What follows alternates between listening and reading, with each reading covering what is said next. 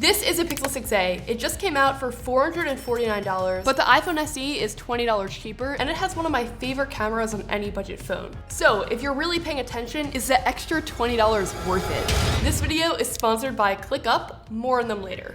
Color tone wise, the Pixel is probably the most accurate to my real skin tone, whereas the iPhone goes to its default more like orangey tan look. It almost feels like Samsung's default mode is to make the skin as smooth as possible, whereas Pixel's is to make every blemish pop. I like the background on the Samsung and the iPhone best in terms of the saturation, and I feel like the Samsung Galaxy S21 FE and the iPhone SE3 have better edge detection here, like it dealt with runaway hairs a little bit better. Also, those numbers are me giving each smartphone a point, so every time I think a smartphone has like one around, it's gonna get a point. So at the end of the video, we'll be able to see which smartphone won this camera comparison. In this next sample, there's actually a lot to look at here in terms of dynamic range, color tone, and detail. For the color tone, the iPhone SE3 and the S21 really went in on saturating the reds. The S21 FE has a lot of building detail like on the side if you zoom into it, and I also like the saturation of the sky the best on the S21, but I feel like the Pixel 6a handled the color tone of the actual windows on the building the best. Notably, night mode is absent on the iPhone SE, but it's present on the S21 and the Pixel 6a, so they're gonna take the iPhone to town every time in a night mode environment. The Pixel actually really thrives in any scenario where it has to use like AI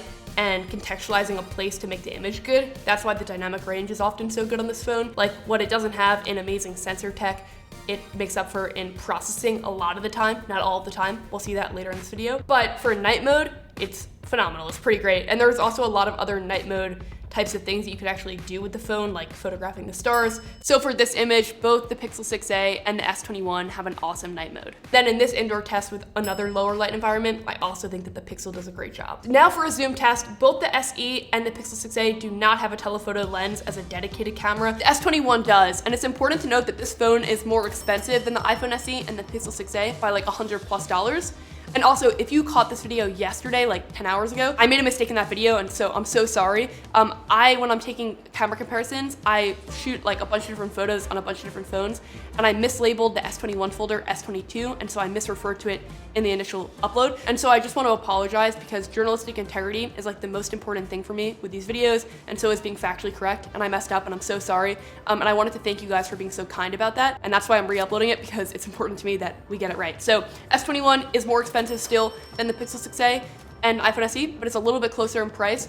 And so it's gonna perform better than they do in a lot of scenarios, but shockingly not all scenarios, and we're gonna keep seeing that throughout this video. The boat was super far away from me. There's a lot of detail here and depth. The iPhone really crushed the blacks and made the image kind of like muddied. For this next photo, I was really testing like the detail of the cameras, and a pitfall of the Samsung phones in the past, and it continues to be an issue with them, is that the sensor is so wide that when you get close to a subject, oftentimes the shallow depth of field really becomes very prominent, almost in a bad, like dizzying way, because so little of the actual image ends up being in focus. And so I think that that's my least favorite image here. The Pixel 6a and the iPhone do a good job of keeping more in focus. The color tone on the Pixel is definitely on the much more blue side, which is not true to life. I think it looks good, but it's definitely gonna be a personal preference thing if you dig like that bluer tint in comparison to a more neutral or warmer color hue. Then we have a selfie with Shervin, who's actually the guy that kind of made this video possible because he took a lot of the photos of me.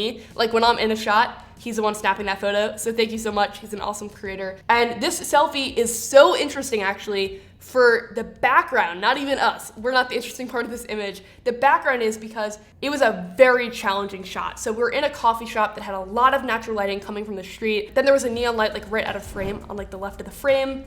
And then you have the background with the exposed brick and a lot of detail and green. Like there's a lot that the phones could mess up here. And the iPhone messed it up. It's completely blown out. This is again where the Pixel thrives, right? With the computational photography and dynamic range. That background is pretty excellent. Like when we first took this photo, I was genuinely blown away. The S21 also did an excellent job here. Like that background is pretty well exposed. The overall image has a little bit more of a washed out look to me, but the Pixel definitely crushed the blacks a lot. So if you like the contrasty look with the good dynamic range in the background, then the Pixel would be the best image. But if you prefer to have like more lightness in a shirt, for example, then the S21 is the better image here. Inspired by Johnny Harris's latest video on why European bread is so much better than American bread, we have to go get some artisan bread. And the bread was amazing, and likewise, the image of the bread is amazing. There is so much detail here. This honestly is so impressive. Like 5 years ago, a phone that was like $400, the camera would suck. So I just wanna like add some perspective that, yeah, we're comparing these phones, and there are certain things that each phone does better and they're important to know, but just landscape big view, it's pretty amazing that all of these phones have a really good camera. This photo is sick. When I snapped this photo, I was very, very impressed. Then we did a portrait mode test outside, and again, this is a really interesting photo because they all have different strengths and weaknesses. So like the pixel, if you look at the top third of the image, the way that it has blurred the background to me looks awesome. It feels like very DSLR-like. And also with the pixel, because by default there's so much more blurring going on, it sometimes feels like I'm a cutout, like thrown into a frame, versus actually being in the environment. Samsung has awesome edge detection here and it feels pretty natural. It's definitely a very saturated image with skin smoothing, so if you're a fan of that, you'll like it. If not, you're probably looking at this image thinking like, good grief. This photo just screams summer to me, like vibes by the water, a little breeze going on. But I feel like the Samsung S21 added too much green that it like ruined the vibe. And likewise, the Pixel added too much magenta. I think the iPhone SE found like a perfect middle ground there where it actually feels like realistic to what the scene looked like in real life. But I should say I messed the framing up a little bit on this one. Like the angle with which each photo is taken at is different, and that can definitely affect things. So it's not like a scientific test. None of these are. This is just me going out, testing a bunch of phones, trying to inform you which one's best, using my expertise from testing out like dozens of phones every year for the last 7.5 years. But there is gonna be a little bit of margin of error, and that's just to be expected. In this video test by the water, we can definitely see some differences in like stabilization, some potential issues there. And I think that with the Pixel 6a, the main thing that has held back the Pixel line in the past is video quality, right? Like photos were always great, but video quality was much more iffy, and it was normally the iPhone being the superior option. So I think that if Google can nail video, then this becomes like probably the best camera on a budget phone. And so I'm gonna put that video quality to the test right now, and you could be the judge for yourself. The main things to look out for while watching this are the dynamic range, the exposure, the audio quality, and the stabilization. And while we put that to the test, let me tell you about one of my favorite productivity apps of all time, ClickUp. Imagine what it would be like to have one extra day back every single week. More time to watch tech videos, listen to Taylor Swift, cook a healthy meal, or act as tech support for your family. Okay, maybe you wouldn't want to do that last one, but however you want to spend the time, it's up to you. But getting that time back is all thanks to ClickUp, one of the best productivity platforms that has become an integral part of my workflow. ClickUp began with the premise that we all have too much going on and too many tools to keep track of everything.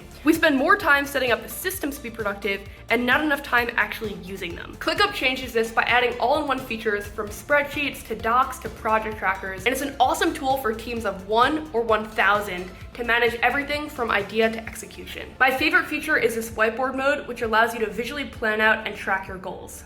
So if you're interested in using ClickUp, getting your time back, and increasing your productivity, the application is actually free to use with my link below. And they also have an unlimited plan, which has even more features. And with code NBT, you can actually get that for under $5 a month because it's 15% off. Pretty amazing. All that information will be in the description below. Thanks so much for watching this one. Full Pixel 6a review coming next week. All right, have a great day. Bye.